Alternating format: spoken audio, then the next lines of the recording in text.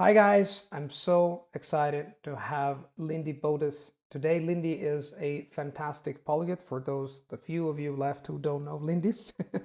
And she's been an inspiration. I've been watching her videos for 2 years, so I can't wait to talk to her and to answer your questions. Lindie, how's it going?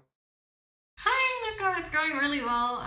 We are quite a time difference away, so it's getting dark here. But yeah, it's been a great day. Thanks for having me. Fantastic. You ready to delve into the questions of our Yes, sir. audience? Fantastic. So without further ado, let's get started. I'm going to select a few questions. You've asked us a deluge of questions. We put this some time ago, and we have selected the top. We decided to answer the top 10 questions. And Adrian asks, I can't wait how to balance working full time and studying. That was her comment. So Lindy, I know that you're very busy, you do a bunch of things. How can you actually learn so many languages and at the same time have a full-time job and on top of that, you're a super cool YouTuber? How do you make the whole thing happen? Thank you. I think at first I need to realize that I need to not be idealistic with my language learning. I'm never going to be able to reach very high levels in languages very fast because I have to put my job first. I have to also maintain a YouTube channel, a blog, and so forth. So I guess the first thing is just telling myself that I shouldn't think that I'm going to progress fast, and just make peace with the fact that things are going to be slower. And then just trying to fit in and have a schedule and a system that works. So I always book italki lessons for myself. I have about 2 to 3 language lessons in the evenings on weekdays. And then Saturdays and Sundays is when I do the bulk of my language study. So usually on Sunday mornings, I will have brunch with my French friend and we will get some French practice in, as well as language study time where I might be reviewing my notes from my italki lessons. And throughout the week, because of the nature of my job as a designer, I can listen to a lot of podcasts and listen to language lessons because I'm, designing, not really writing. So I do manage to fit in a lot of auditory learning while I'm working as well. Fantastic. As far as I'm concerned, my piece of advice would be if you have a full-time job is to carve out a time slot where your energy is kind of, acceptable or even high so that you can learn every single day. Now, you don't have to learn every single day, but if you learn regularly, it's better because you remember things better for a number of reasons. And we all know life gets in the way, right? So just to give you an idea of how I do things, I'm also quite busy. I'm, try to I have to grapple with a lot of things in my life, but one fixed thing that I do is to learn languages first thing in the morning. So I always make sure that I wake up early because I am what they call an early bird or lark lion, according to the last book I read, Power of When to do stuff. And basically, for 1 hour, that is time that I dedicate to active language learning. So in your case, if you have a full-time job, say from 9 a.m.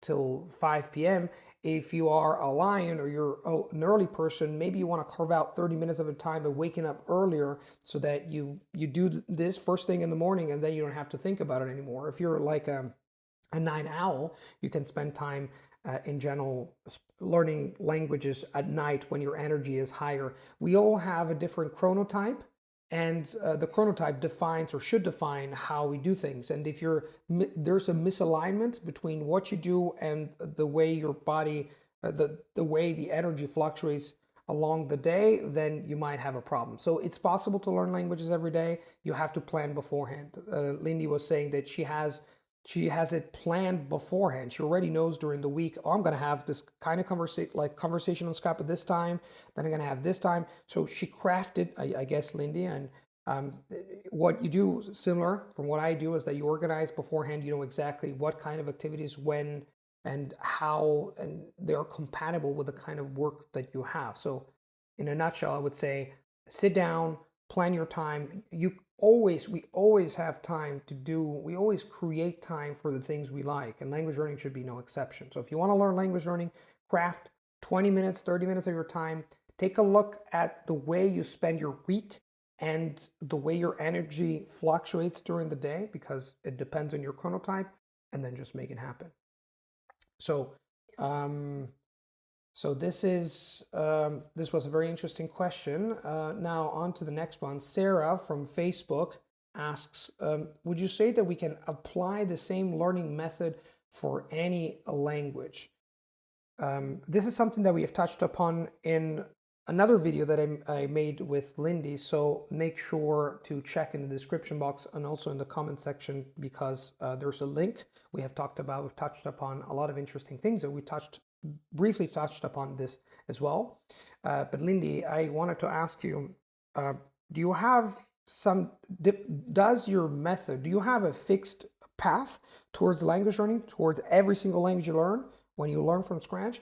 And do you think that the structure or the idiosyncrasies or some features of certain languages kind of dictate or make you tweak the method or the methodology that you have already adopted in general for learning languages? Yeah, great question. I think for my languages, I have a general timeline or mindset that I use for every language. So knowing that I need to start with the basic greetings and then the sentence structure, and filling in, kind of having one sentence structure that I say, for instance, I like verb, and then I like verb with someone, and I like verb with someone in place. So I create these little sentences for myself at the very beginning of a language. So in terms of knowing what I want to learn by when, my structure is the same, but like you said, the idiosyncrasies or the grammar of a language does dictate a different approach, especially the word order. So it's a lot easier for me to understand languages that are similar to languages I've learned otherwise. Whereas with Hungarian, for instance, that has quite a flexible word order, it might give I might require a lot more time to understand the complex grammar and the word order of that. So it means that there's no cookie cutter technique, because it depends on a lot of factors. As well, if you're learning a language that has a different writing system, for instance, Mandarin Chinese, you're going to have to dedicate, if you want, a lot of time to learning how to read and write these characters. It's not just an alphabet you can learn once and then you can read, even if you don't know the meaning. If you don't know how to read it and you don't know the meaning, so definitely a different approach according to the script of the language and the grammar. If you already understand the sentence structure and the grammar, there's no need to dedicate a lot of time reviewing grammar notes when you already understand it. So it depends on how difficult the language is and how similar it is to languages you've learned before. Excellent answer. As far as I'm concerned, I always have more or less the same path, always have the same technique that I use, like the bidirectional translation technique, where I use my own native language, I translate back and forth in order to understand the structure of the target language. But the reality is that, as Lindie was saying, there are so many different features to different languages. So sometimes doing something that works really well with one language might not yield the same results in another. Just to give you an idea, and I talked about this in the video with Lindie, is that when I was learning Japanese, I realized that the bidirectional translation was not exactly the perfect fit, and using translation for languages that have a different syntax might actually backfire, get in the way. And I realized this a little bit later down the line, so I might have used a different approach. And for languages like Portuguese, you can use the bidirectional translation to understand the patterns, but the reality is that the language Portuguese in and of itself is already similar to Italian.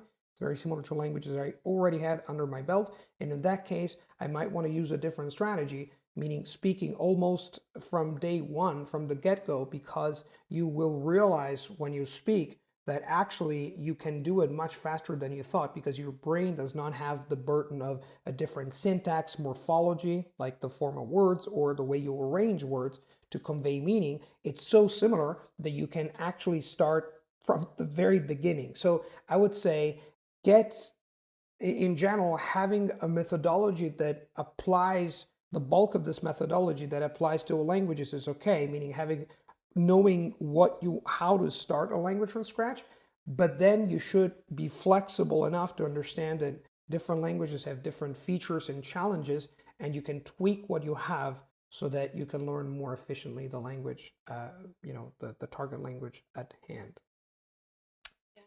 On to the next question, always from Facebook by Ore.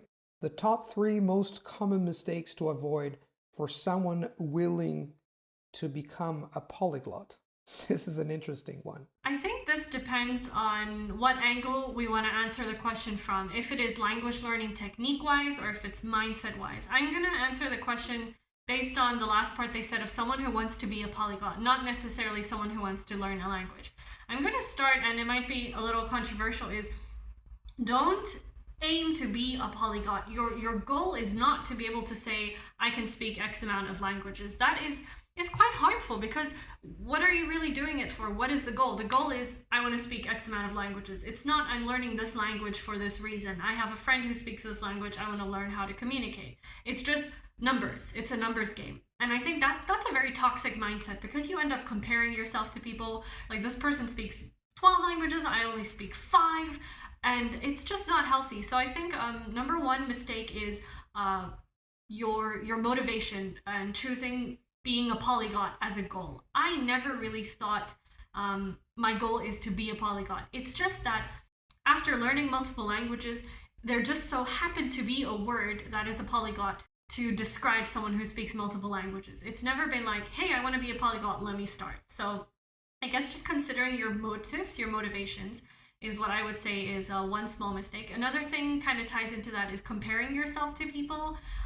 Everybody has a backstory, everyone has problems, everyone has a different way of learning a language, as well as different times, resources. So if you're thinking, this person was able to reach fluent Japanese in 2 years and I've been struggling for 10 years, it's not helpful. You're wasting your time comparing yourself to someone when you could be using that time studying.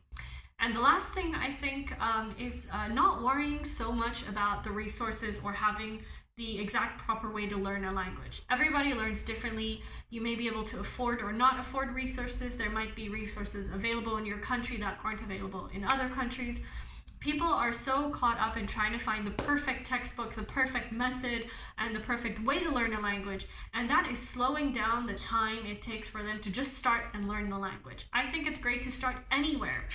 If you have like noodles in your cupboard and at the back of the noodle packet there is something written in another language, that's something you can hold on to and maybe start and learn how to translate that. You don't need to wait for the most expensive best textbook to arrive. You need to create your own opportunities to learn a language. Right on the money again. Fantastic answer. This is from the point of view of the mindset. I would say that it's really important, because people throw this polyglot word around as if it were like some kind of prize. It's not. It's just a way of living. It doesn't change you as a person. If you have polyglot written here on your forearm, it doesn't change anything. This is the first thing. The second thing I would say in general, that one common mistake is to try to learn a lot of languages at the same time for the sake of adding up numbers. So you can go around and say, hey, I can speak 15 languages or 16 languages. The thing you were saying before. I think you should learn one language well to fluency to start using it in real life, because that's where the real language magic happens, so to speak. And then you can learn other languages. This is, if you want to learn 2 or 3, if you have enough time and energy, by all means go for it. But I would say that most people do not have the time, the energy, and the mental resources to learn 2, 3, 4 languages at the same time. At the end of the day, it doesn't really matter. The second thing is to focus. One common mistake of language learners, not only for those who want to become polyglots, is to focus on goals instead of systems. A lot of my students ask all the time, when am I going to be fluent in the language? When is this going to happen? It's like, the donkey in Trek. Like, are we there yet? This annoying donkey asking all the time, are we there yet? Which is a metaphor for, nowadays people ubiquitous impatience of wanting to get there as soon as possible. Language learning, unfortunately, is not the kind of thing that you can just accomplish. You can reach fluency in a matter of 2 or 3 weeks. It's something that requires time, effort, and years. So instead of focusing on goals, because this backfires once again, if you're constantly asking yourself whether you have reached fluency or not, then after 2 weeks and you realize that you haven't reached fluency yet, this can be discouraging. Instead, focus on systems. We were saying before, Lindie has developed, tweaked as much as I have, a system which allows her to learn on a daily basis. Even if she has a lot of stuff to deal with. I would say that the third thing is that another important thing to keep in mind is that I think you should focus on you should avoid spending too much time on books. Meaning, books are great, resources are great, That's fantastic. But the reality is that language learning, and when it comes to speaking a language really well, it's about living. It's not just about reading and listening to language learning material. Sooner or later, you will have to venture into real life. And that's where the magic of language learning happens. That's where you're going to have experiences in a foreign language. That's where we're going to speak with people, when you're going to share emotions, when you're going to share happy and sad moments. So in my case, especially when it comes to speaking a lot of languages, polyglot, right? Like a polyglot is a person, as a multilingual person who can juggle, who can manage multiple languages. If you do not make languages a part of your life, if you do not use languages on a daily basis or some of the languages under your belt, you're going to find it extremely difficult to catch up, because the amount of languages are going to pile up. And if you have these languages just like either subjects that you're going to touch upon and study, or it's still kind of a bookish routine, then imagine having 10 languages where you have to spend 30 minutes on each book. It becomes a nightmare. So you want to design a life where you use these languages. I think, Lindie, for you it's the same, right? You use some of the languages that you have on a daily basis. So that's why I think it's really important to not just focus on books. Let's move on to the next question. We could be speaking for hours, but we're trying to make it, concise and nice for you guys. AJG, I think I pronounced it correctly, I hope, also from Facebook. Most polyglots suggest learning only one language at a time, 2 max, but Lindy seems to be learning multiple languages at once. I'd be really interested to hear you guys discuss this topic at length and ask Lindie how she handles learning multiple languages at the same time. We cannot unfortunately discuss it at length, but I'm pretty sure that Lindie can give a concise answer to show you how she learns multiple languages over the course of a week. Yeah. I think people often interpret polyglot as someone who is learning multiple languages all at once from the same level. Like, beginner, you're starting 12 languages and you're learning them all. Absolutely not. I started with English, was my first foreign language actually. Then I slowly learned French at school, and then Arabic became a school subject. And only in like my grade 10 year of high school, I started learning Korean. It's been 10 years for Korean. Halfway through Korean, I started learning Japanese. Halfway through learning Japanese, it was Chinese. And thereafter, little things like Vietnamese, Spanish, Hungarian, and Tagalog came along. So it has been like 20-ish years of language learning where I'm slowly building up languages on each other. None of my languages are completely beginner starting at the same time. It's always a little bit like stacking and focusing maybe years or months on one language before I learn another language. It's really a lifelong thing.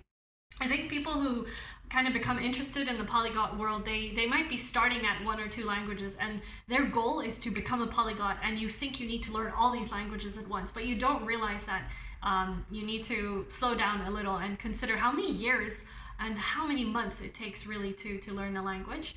The other thing that you were mentioning is kind of like the system I have. So I choose maybe 1 or 2 focus languages for a set period of months or weeks, and then I integrate it into my day. So I might do Vietnamese and Hungarian lessons twice a week for 3 months, and then for the next set of 3 months, I might be focusing on another language. So it's really just prioritizing, and none of my languages really are starting from 0 at the same time. Fantastic answer.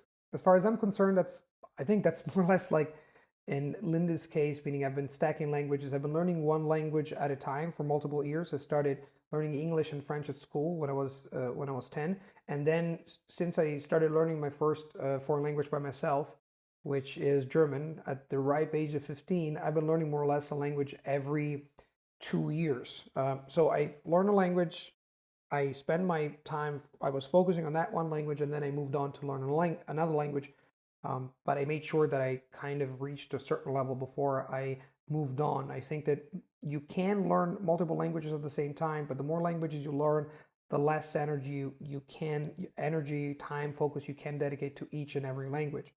In my case, recently, over the last, I would say 10 years, I've been trying to learn 2 languages at the same time, sometimes 1. For example, right now I've been learning Greek, Hungarian, and Danish, but I've just realized that 3 languages is too much. So I had to make a choice, and right now I'm focusing mainly on Greek and Hungarian. I have two different systems. Again, I have system one is the group of languages I can speak fluently, and I have designed a system so that I can use 6 to 8 languages on a daily basis for different reasons. But that doesn't require much of a lot of energy, because these are languages I know well and I'm using it in the real life. And then generally I have 2 focus languages, or 2 languages that I require deliberate practice, me sitting down and doing all sorts of activities, so time and focus. And normally I never try to learn more than 2 languages. The 3 language experiment was an exception. So my piece of advice would be, if you can't learn just 1 language to fluency, it might take a couple of years if you do things well, and then you can move on to the next language. Sometimes when you learn a language that is similar to the one you've just learned, or one of the languages under your belt, it's going to be easier. So patience, one thing at a time. It's a long-term process. As Lindie says, for me, it's been 30 years. Just because I'm a little bit older than Lindie, but we have been learning languages for years, decades, I would say. That's just, you count language learning in decades. Anna Tamani, I think it's from Instagram. Listen to music is a good way to practice a language. How could we practice a language if we are introvert? That's if we are introverts. Thank you. That's our answer. Lindie, are you an introvert, an extrovert, or does it really matter? I am very much an introvert, most definitely. And actually, I think language learning has made me a little bit more extroverted, in the sense that I realize I'm never going to be able to advance in this language if I'm not speaking. I'm never going to be able to speak if I don't put myself out there and talk to people. So I don't mean to promote my own channel here, but I have 2 very in-depth videos about learning languages as an introvert. So I'm not going to go into detail now, because everything I can say on the topic is on my channel.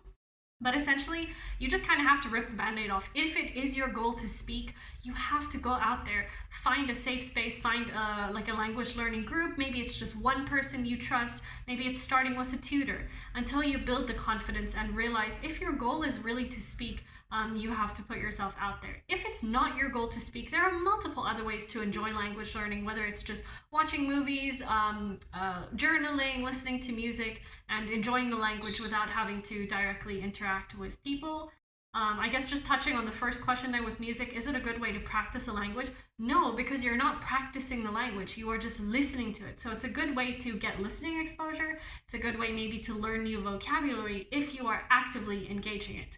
Luca and I just did a video for my channel where he mentioned that someone was listening to Chinese television for 10,000 hours and they could not speak the language by the end of that, because you're just passively listening. You are not actively engaging with the content. So listening to music is a good way to practice the language if you are writing down the lyrics, looking up the words, practicing how to say it, and so forth. Fantastic.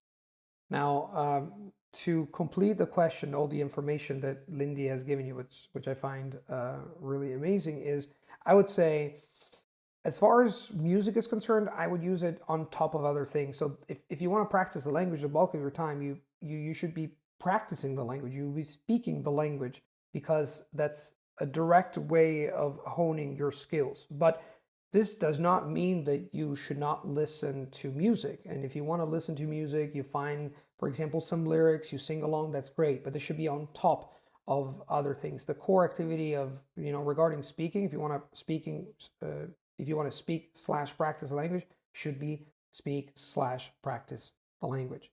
And here the answer, the question, the rest of the question, how can we practice a language if we're an introvert? I would say that regardless of I think this is maybe not a label. There are people who are more, extroverts than introverts. I would say in my case, for example, I don't really know if I'm an extrovert and introvert in my life. I found sometimes I'm an introvert, sometimes an extrovert. Sometimes I feel like talking for hours. Sometimes I'm a little bit, it's more difficult. It depends on the circumstances. In school, I was definitely not an extrovert. I was spending the bulk of my time by myself, and then everything changed. So I think that language learning and life in general can actually shape and mold your personality, and that's one thing. The second thing is that whether you're an introvert or not, speaking a foreign language is going to be challenging no matter what happens.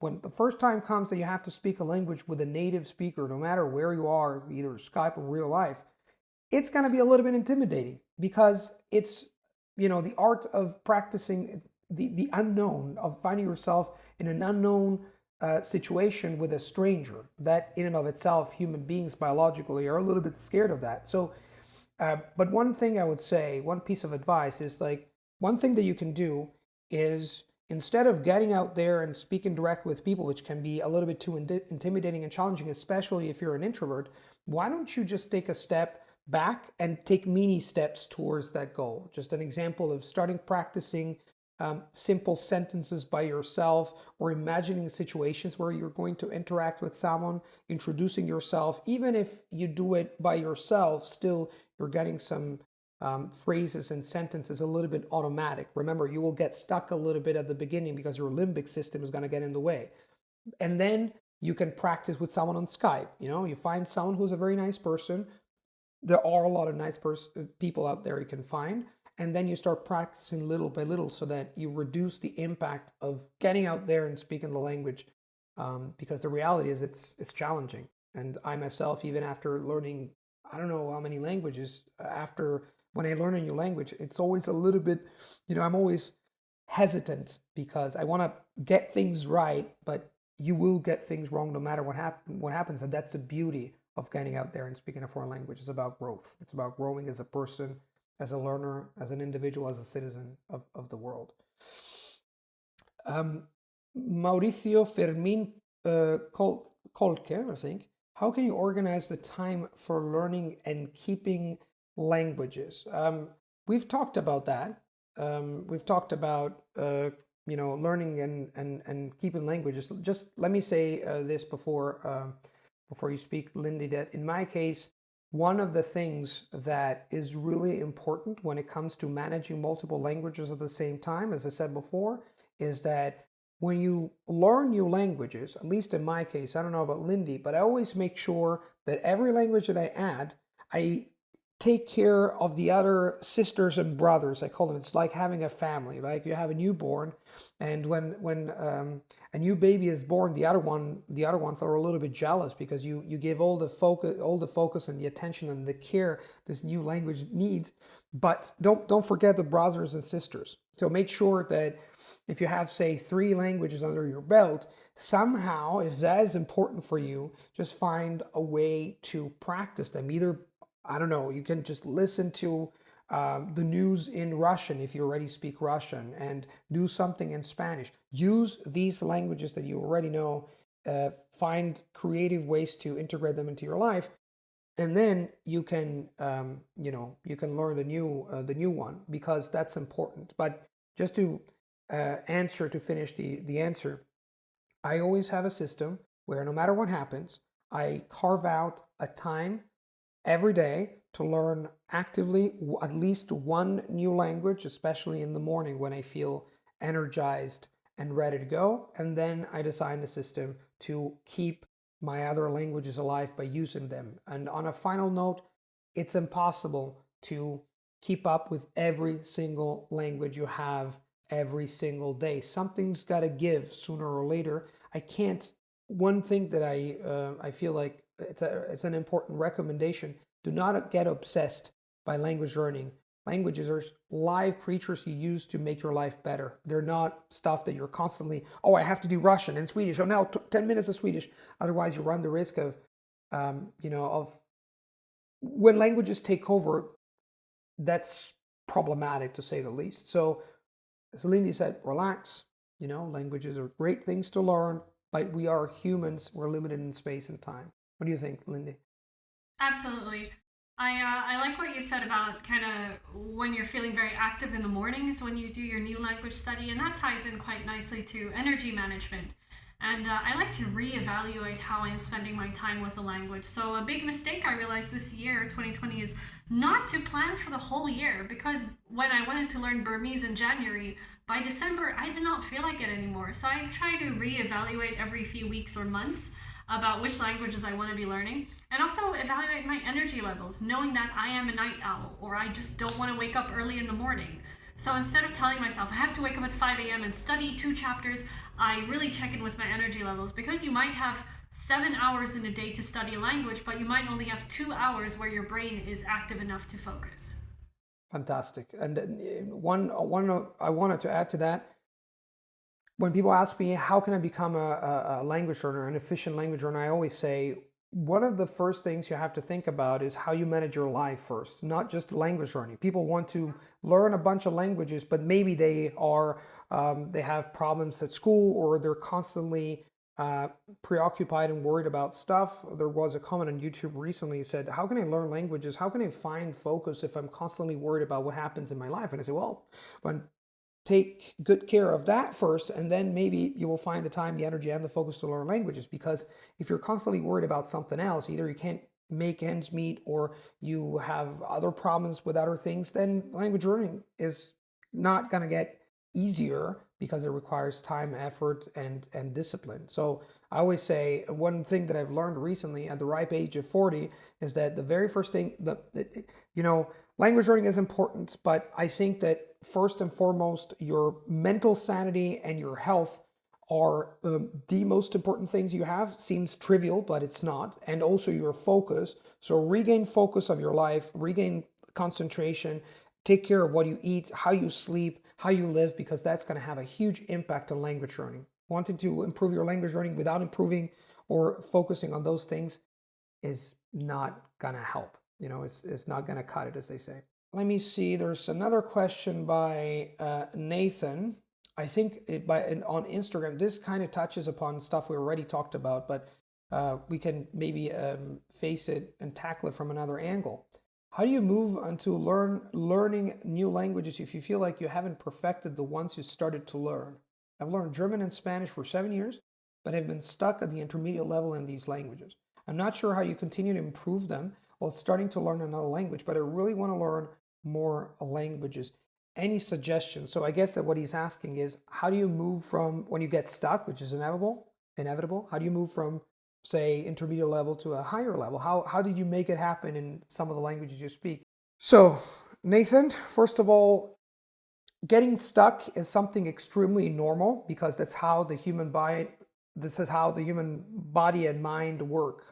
When you get to a certain level, your body and mind readjust, and then you have to do something else, something more challenging to get out of the rut, as they say. So this happens, for example, when you start running for 30 minutes. Then if you do this for, say, 6 months, then you don't see the effects, because you should start running 35 minutes, 45 minutes, or you should tweak the way you run. Maybe you have to run a little bit faster. Same thing for language learning. If you learn a language at the beginning, strategies for starting a language work great, but then you get stuck, it means that probably you're doing the same thing over and over. You have to remember that your language learning skills, as any other skills, be it motor skills or cognitive skills such as language learning, they grow with time. And when they grow with time, some things that you find cool and interesting and challenging at the very beginning might not be so anymore. So in my case, I do this bidirectional translation to start a language from scratch. It works super cool, super well at the very beginning. I'm super excited, but would not dream, honestly, of using this at the intermediate level. Because once I reach the intermediate level, I want to speak. I want to talk to people. I want to use longer pieces of content like podcasts, instead of focusing on small pieces of content and translating back and forth. So in a nutshell, my answer is, if you want to move from one stage to the other, you have to design a learning system that encompasses some of the things you're doing, but you have to integrate some other things that need to be enjoyable and challenging. So something that was something that is not challenging anymore because things have become too easy and you're doing the same thing, you have to tweak it. Either the length of content, or the difficulty of the content. Nowadays, you can find multiple platforms where you can choose the level. Or maybe you're speaking always about the same things. Hi, my name is, or stuff. It's time to delve into unknown ground. Any sort of growth entails some sort of discomfort. But the discomfort has to be within what they call the Goldilocks zone. Not too difficult, not too easy. The sweet spot is where you find something that either in reading, listening, writing, or speaking, something that is not too, so it's not easy because otherwise it would be boring, but it's not too difficult as to be discouraging. If you constantly find the sweet spot and adapt it with time, bingo, then you're gonna keep improving and growing.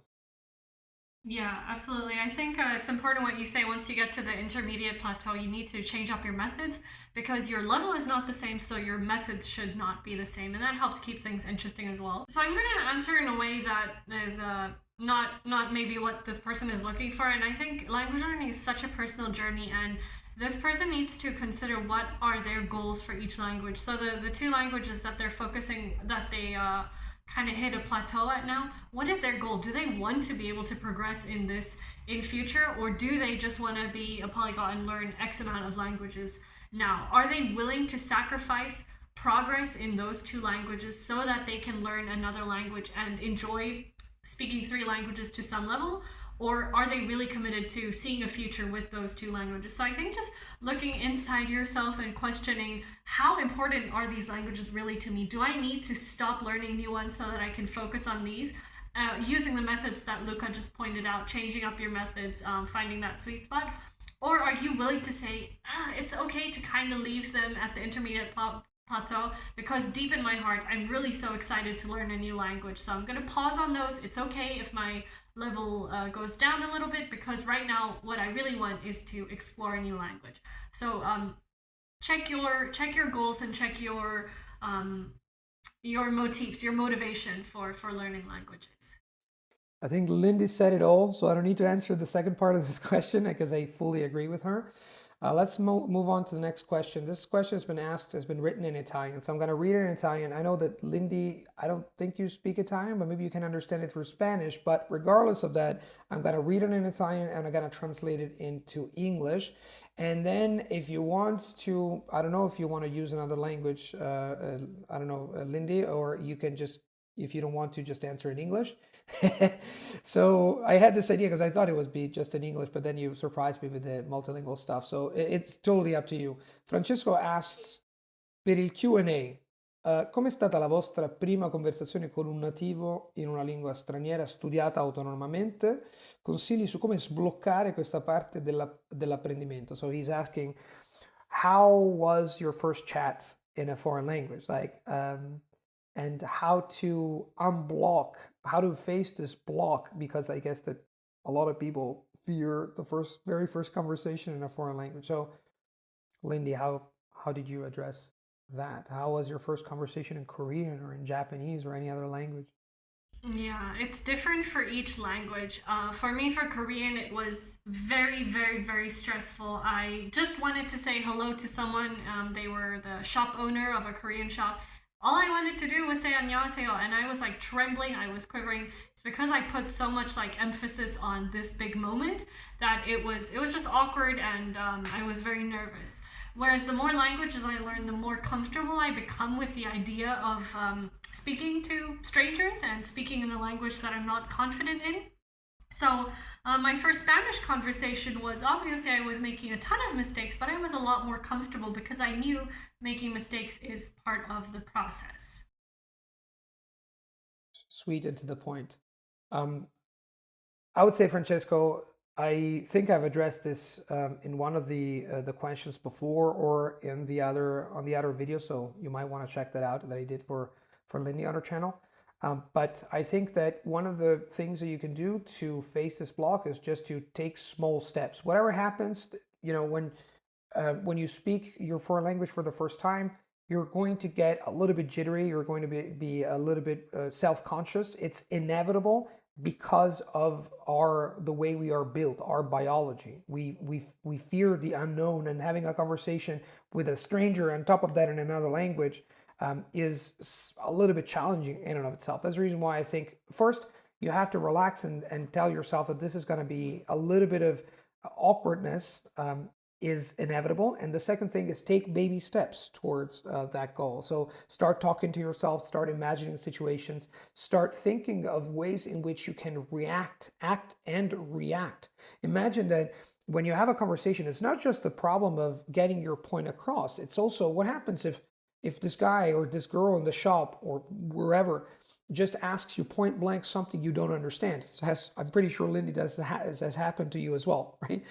Like you get ready, oh, you're going to focus on the speaking part, and then all of a sudden the point blank, they ask you stuff and you're like, and for me, I don't know about you, Lindy, but for me, some conversations, even simple, when I speak the language, I don't speak the language well yet, are easier if they're longer on Skype, they have context, than very brief conversations when you're supposed to complete a relatively easy task, like, I don't know, buy something or buy a ticket, and all of a sudden that person, I don't know, you want to get a train ticket, and she asks something about the time. This happened to me in Hungary, for example.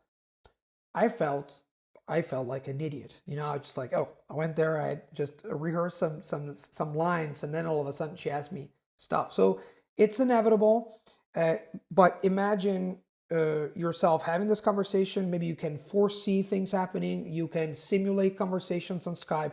Find a friendly person to talk to on Skype, be it a tandem, be it a teacher. It's easy to find teachers nowadays. You can find tandems, but it's more difficult. And nowadays teachers are available on platforms like italki or Verbling. There's a lot of them. And then practice before you venture into unknown ground, because it's inevitably going to be a little bit challenging, sometimes a little bit awkward, but that's the way we learn and grow. So on to the last and final question by Rafa Luco on Instagram. Soy profesor de español desde siempre. Quiero saber la mejor manera de enseñar el idioma a mis alumnos sin que malgaste su tiempo y dinero. ¿Soléis usar a profesores de idiomas para aprender una nueva lengua? Si lo usáis, ¿cómo y por qué? So what he's asking basically is, do you use teachers? Do you think that teachers are important? And if so, how do you interact with your tutors/teachers? Creo que cuando soy principiante en un idioma como español ahora o vietnamita, es importante hablar con profesor, porque I feel like I will teach myself the wrong things when I'm a beginner, and así que es importante de estudiar con profesor o profesora, porque they can they give me homework and they can correct my sentences on the spot, so I'm not teaching myself the wrong thing.